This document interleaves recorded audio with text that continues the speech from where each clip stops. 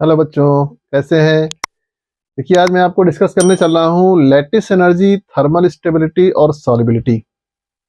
इनका क्या रिलेशन है। इससे रिलेटेड बहुत क्वेश्चन आते हैं और बच्चे बड़े कंफ्यूज होते हैं। मैं आज आपको एक ऐसी ट्रिक बताने जा रहा हूँ जिस ट्रिक से आप अपने एग्जाम में आने वाले सारे क्वेश्चन सॉल्व कर लेंगे। थोड़ा सा ट्रिक है, ट्रिक आपको किसी न किसी कॉन्सेप्ट से कोरिलेट करना पड़ेगा। तो सबसे पहले हम लोग डिफाइन करते हैं लैटिस एनर्जी होता क्या है, किसको हम कहते हैं लैटिस एनर्जी। इनफैक्ट अगर लैटिस की बात करें तो लैटिस का मतलब होता है जाल। मान लीजिए आपने कहा साहब ये आयनिक क्रिस्टल है सोडियम क्लोराइड का। तो सोडियम क्लोराइड का आयनिक क्रिस्टल बनने में मान लीजिए आपने कह दिया साहब 1 mole crystal. 1 mole of ionic crystal बनने में जितनी एनर्जी रिलीज होती है, आपको मालूम है कि जो बॉन्ड फॉर्मेशन है it is always exothermic process. तो इनके कॉन्स्टिट्यूएंट आयन से 1 मोल आयनिक क्रिस्टल बनने में जो एनर्जी रिलीज होती है that energy is called lattice energy. जरा समझिएगा इस बात को। अगर हम डिफाइन करें, क्या कहते हैं आप, amount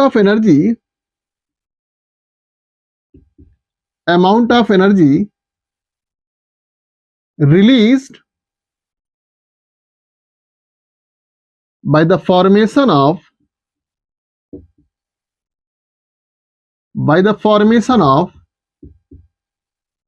1 mole of ionic crystal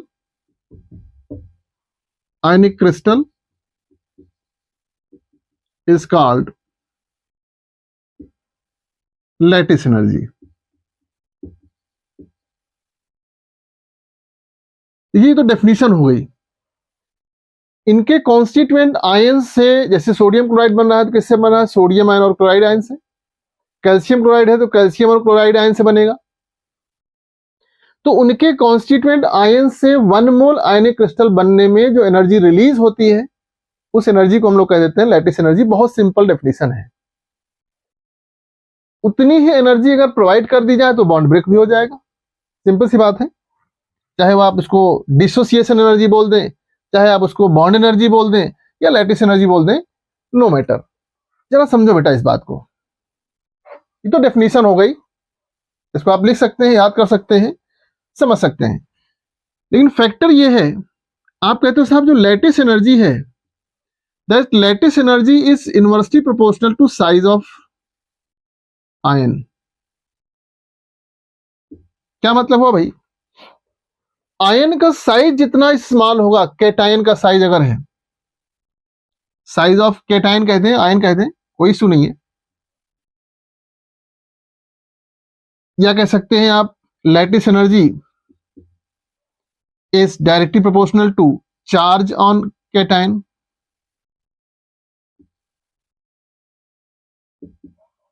cation पर चार्ज जितना ज्यादा होगा साइज स्मॉल होगी, और साइज स्मॉल होगी कैटायन की तो लैटिस एनर्जी उसकी ज्यादा होगी, नो डाउट। बॉन्ड स्ट्रेंथ उतनी ज्यादा होगी उसकी और उतना ही ज्यादा उसमें एनर्जी रिलीज होगी।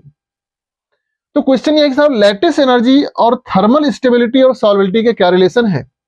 हमको लैटिस एनर्जी का इस पर इफेक्ट देखना है और इससे रिलेटेड क्वेश्चन भी आते हैं। जरा समझिएगा। जैसे आपने कह दिया LiCl, NaCl, KCl, CSCl, इसमें लैटिस एनर्जी किसकी ज्यादा भाई, तो एनायंस आर सेम हियर। जितनी स्मॉल साइज होगी कैटायन की उतना ही ज्यादा लैटिस एनर्जी होगी, तो नो डाउट लैटिस एनर्जी इसकी ज्यादा हो जाएगी। ठीक है, कोई इशू नहीं है। आपने कह दिया साहब BeCl2, MgCl2, CaCl2, BaCl2। Cation का साइज स्मॉल होगा, लैटिस एनर्जी ज्यादा होगी। NaCl, MgCl2, AlCl3। यहां पर लैटिस एनर्जी की बात करेंगे तो सब चार्ज बढ़ रहा है, ये लैटिस एनर्जी साइज हो जाएगी। तो लैटिस एनर्जी का साइज से कोरिलेशन है, नो डाउट। एक बात हम आपको बताते हैं यहां पर, सॉल्युबिलिटी क्या चीज है, कैसे ये कंपाउंड सॉल्युबल होंगे, कौन से कंपाउंड सॉल्युबल नहीं होंगे, इसको हम लोग जरा समझते हैं। सॉल्युबिलिटी का क्या रिलेशन है। मान लीजिए आपने कह दिया ये सोडियम क्लोराइड क्रिस्टल है, इस सोडियम क्लोराइड को आपने किसी किसी पोलर सॉल्वेंट में डिसॉल्व किया, ये वाटर है, वाटर है, पोलर सॉल्वेंट है, आपने इसको इसमें डिसॉल्व किया सोडियम क्लोराइड को। जैसे ही सोडियम क्लोराइड आपने इसमें डिसॉल्व किया, ये डिसोसिएट हो गया Na पॉजिटिव में और Cl निगेटिव आयन में। ये जो सोडियम आयन है, this sodium ion and this chloride ion, they are surrounded by different water molecules. जरा समझिएगा, जैसे ही सोडियम आयन अलग हुआ क्लोराइड आयन से, ये सराउंड हो रहा है वाटर मॉलिक्यूल से। कैसे? पोलर है, इसका नेगेटिव पार्ट इस तरफ अट्रैक्ट हो रहा है, बहुत सारे इसमें वाटर मॉलिक्यूल्स इसको घेर लेते हैं। जरा समझिएगा, बहुत इंपॉर्टेंट टॉपिक है ये, बहुत आसानी से क्वेश्चन सॉल्व हो जाएंगे आपके अगर आप इसको समझ गए तो। जब ये सोडियम आयंस अलग हुए तो ये चारों तरफ से वाटर मॉलिक्यूल से घिर गया, और ये भी वाटर मॉलिक्यूल से घिर जाएगा, तो यहां पर इनके और इनके बीच में अट्रैक्शन होगा एक, और जो एनर्जी यहां से रिलीज होगी उसको हम कहते हैं हाइड्रेशन एनर्जी।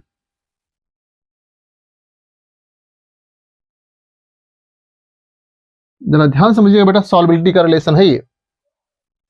सोडियम क्लोराइड आपने इसमें डिसॉल्व किया, सोडियम आयंस के चारों तरफ वाटर मॉलिक्यूल्स, क्लोराइड आयन के चारों तरफ वाटर मॉलिक्यूल्स गैदर होने लगे, अट्रैक्ट हुए, और उनके अट्रैक्शन से एनर्जी रिलीज हुई, जिसको आपने कह दिया हाइड्रेशन एनर्जी।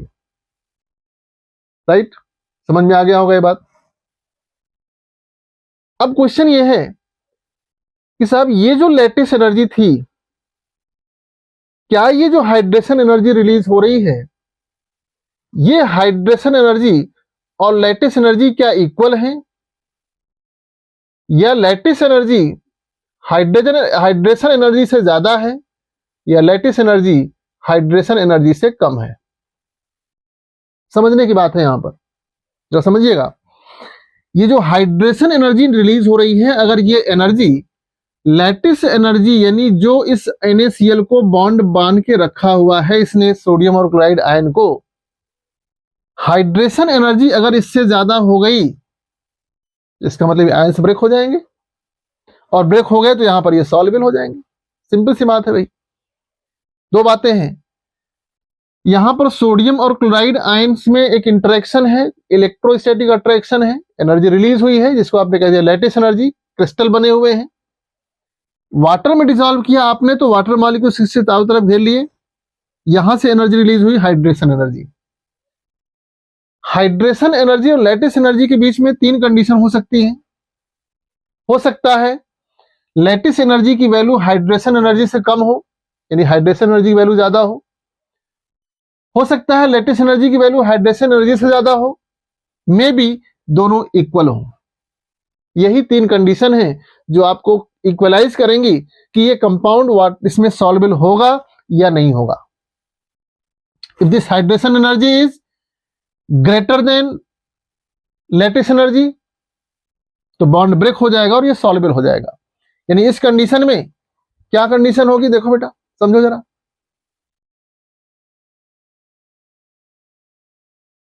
समझिए। इफ तीन कंडीशन है, hydration energy is greater than lattice energy, compound is soluble,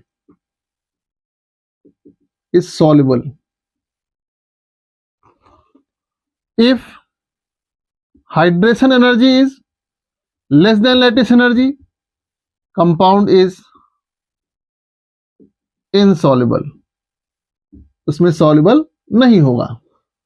आपने कह दिया if hydration energy is equal to lattice energy, compound is sparingly soluble,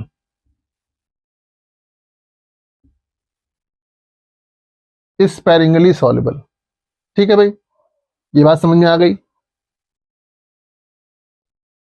हमको हाइड्रेशन एनर्जी तो एक्सपेरिमेंटल डेटा है, लैटिस एनर्जी एक्सपेरिमेंटल डेटा है, लेकिन lattice energy का हमारे पास कॉन्सेप्ट है कि जिसकी साइज स्मॉल होगी उसकी लैटिस एनर्जी ज्यादा होगी। ठीक है ना, कोई बात नहीं। आइए देखिए, हम इस कॉन्सेप्ट के बेसिस पर बता पाएंगे कौन सा कंपाउंड ज्यादा सॉल्युबल होगा, कौन सा कंपाउंड कम सॉल्युबल होगा, और इसी बेसिस पर आपको थर्मल स्टेबिलिटी भी पहचान लेना है। दोनों बातें आ जाएंगी, जरा देखिए, ध्यान रखिएगा इस बात को।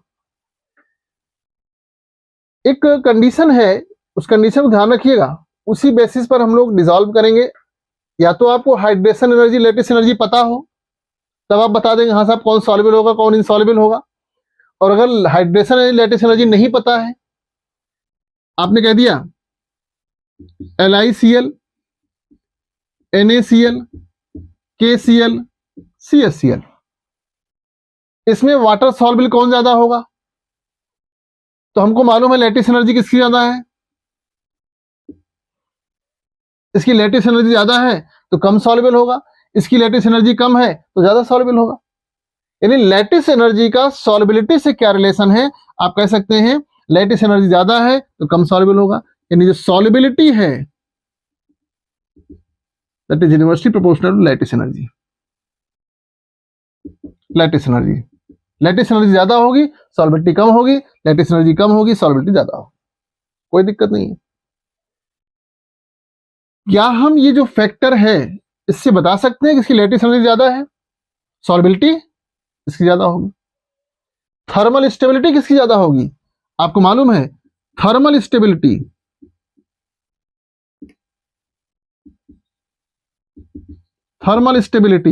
Directly proportional lattice energy. Lattice energy ज्यादा होगी तो थर्मली ज्यादा स्टेबल होगा, ज्यादा स्टेबल होगा थर्मली। तो अब देखिए इसी में ये ऑर्डर किसका है, ये ऑर्डर है लैटिस एनर्जी का, और यही ऑर्डर होगा थर्मल स्टेबिलिटी का। लेकिन अगर हम सॉल्युबिलिटी के ऑर्डर की बात करें, सॉल्युबिलिटी, तो साहब LiCl जो होगा वो लेस सॉल्युबल होगा than NaCl, less soluble than KCl, less soluble than CHCl, यानी इसकी सॉल्युबिलिटी सबसे ज्यादा है। तो लैटिस एनर्जी जो होगी वही थर्मल स्टेबिलिटी का ऑर्डर होगा, और सॉल्युबिलिटी का ऑर्डर हो जाएगा वो रिवर्स हो जाएगा। एक बात ध्यान रखना आप दिमाग में, क्या ये जो कॉन्सेप्ट है, ये कॉन्सेप्ट आपको डिपेंड करता है आयंस कैसे हैं, एनायंस कैसे हैं। जैसे अब जरा समझिएगा, यानी जो लैटिस एनर्जी है inversely proportional to size of cation, ये है if small anion is there. अगर वहां पर एनायन स्मॉल है तो उस कंडीशन में तो ये हम साइज ऑफ कैटायन के इनवर्स रिलेशन देख पाएंगे और हमारे आंसर सही होंगे। लेकिन आपने कह दिया if lattice energy directly proportional to size of cation for big anion, यहां पर ध्यान देना पड़ेगा हमको। अगर बिग एनायन है तो उसके लिए लैटिस एनर्जी जो होगी साइज ऑफ कैटायन के डायरेक्टली प्रोपोर्शनल होगी। बिग एनायन जैसे मान लीजिए स्मॉल कौन होगा, हैलाइड्स जितने भी होंगे, ऑक्साइड्स, हाइड्रोक्साइड्स, इनको तो हम कहते हैं स्मॉल एनायन। आपने कह दिया साहब कार्बोनेट, सल्फेट, नाइट्रेट, बाइकार्बोनेट, ठीक है नहीं? तो ये जो जिसको कहते हैं आप पॉलीएटॉमिक आयंस, पॉलीएटॉमिक एनायंस, तो पॉलीएटॉमिक एनायंस में ये होते हैं बिग साइज एनायन, समझिएगा। तो बिग साइज एनायन जब होगा उसके लिए लैटिस एनर्जी जो होगी वो डायरेक्टली प्रोपोर्शनल होगी साइज ऑफ कैटायन के। ये दो कॉन्सेप्ट याद रखना, आपके सारे आंसर सही हो जाएंगे। लैटिस एनर्जी सॉल्युबिलिटी को डिसाइड करती है, थर्मल स्टेबिलिटी को डिसाइड करती है, लेकिन इसको फाइंड करने के लिए हमको दो चीजें ध्यान रखनी पड़ेंगी। एनायन स्मॉल है या एनायन बिग है। अगर एनायन स्मॉल है तो आप इसको फॉलो करेंगे, एनायन बिग है तो आप इसको फॉलो करेंगे। आइए इसी पर बेस हम लोग क्वेश्चन देखते हैं, कुछ जरा समझिए।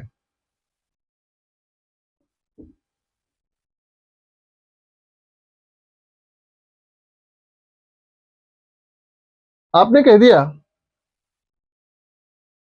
BeCO3 MgCO3 CaCO3 BaCO3, right. BeCl2 MgCl2 CaCl2 BaCl2, ये दोनों एक ही ग्रुप के मेंबर्स हैं। बेरिलियम, मैग्नीशियम, कैल्शियम, बेरियम सब एक ही ग्रुप के मेंबर हैं। कार्बोनेट यहां लिया गया, यानी यहां पर जो एनायन है बिग एनायन है, यहां पर स्मॉल एनायन है। अब आपसे पूछा जाए कि साहब थर्मल स्टेबिलिटी इसमें किसकी ज्यादा होगी या लैटिस एनर्जी किसकी ज्यादा होगी, तो साहब जो लैटिस एनर्जी का ऑर्डर होगा, स्मॉल एनायन है तो स्मॉल साइज मोर लैटिस एनर्जी कैटायन का, ये ऑर्डर हो जाएगा। लेकिन यहां पर अगर हम लैटिस एनर्जी की बात करें तो ऑर्डर ये होगा बेटा, ध्यान रखना। तो जो लैटिस एनर्जी इसकी ज्यादा होगी, सॉल्युबिलिटी भी इसकी कम होगी। यानी ये जो होगा थर्मल स्टेबिलिटी, ध्यान दीजिएगा, लैटिस एनर्जी और थर्मल स्टेबिलिटी का ऑर्डर ये होगा इसमें, और यहां पर लैटिस एनर्जी और थर्मल स्टेबिलिटी का ऑर्डर ये होगा। दोनों में अलग अलग है, ध्यान रखना। यहां पर स्मॉल साइज है, लैटिस एनर्जी कम हो गई, यहां पर स्मॉल साइज है, लैटिस एनर्जी ज्यादा हो गई। ये डिपेंड करता है एनायन कौन सा है। एनायन अगर स्मॉल है तो हम फॉलो करेंगे, एनायन अगर बिग है तो हम इसको फॉलो करेंगे। 2 पॉइंट ध्यान रखना इस चीज को। इसी बेसिस पर हम सॉल्युबिलिटी भी कह सकते हैं। सॉल्युबिलिटी किसकी ज्यादा होगी, यहां पर सॉल्युबिलिटी इसकी ज्यादा होगी, यहां सॉल्युबिलिटी इसकी ज्यादा होगी। तो इस बेसिस पर आप सॉल्युबिलिटी और लैटिस एनर्जी की बात कर सकते हैं। जैसे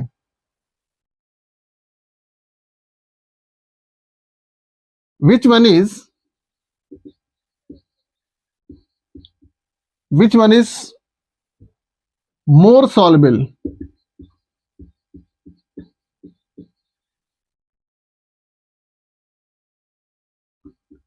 sodium hydroxide, potassium hydroxide, caesium hydroxide, और आपने ले लिया lithium hydroxide. Hydroxide small size है, सबसे ज्यादा लैटिस एनर्जी इसकी होगी, तो सॉल्युबल कम होगा, स्ट्रॉन्ग अट्रैक्शन होगा। लैटिस एनर्जी ज्यादा है, सॉल्युबल कम होगा। लैटिस एनर्जी इसकी कम होगी, सॉल्युबल ज्यादा होगा। सबसे ज्यादा सॉल्युबल कौन होगा, दिस वन। लैटिस एनर्जी इसकी ज्यादा हो कम होगी, इसकी लैटिस एनर्जी कम होगी, सॉल्युबिलिटी ज्यादा होगी। तो इस बेसिस पर आप इन क्वेश्चंस को सॉल्व करिए। लैटिस एनर्जी, सॉल्युबिलिटी और थर्मल स्टेबिलिटी के सारे क्वेश्चंस आपको इसमें आराम से सॉल्व हो जाएंगे। ऑलमोस्ट क्वेश्चन सॉल्व हो जाएंगे आपके।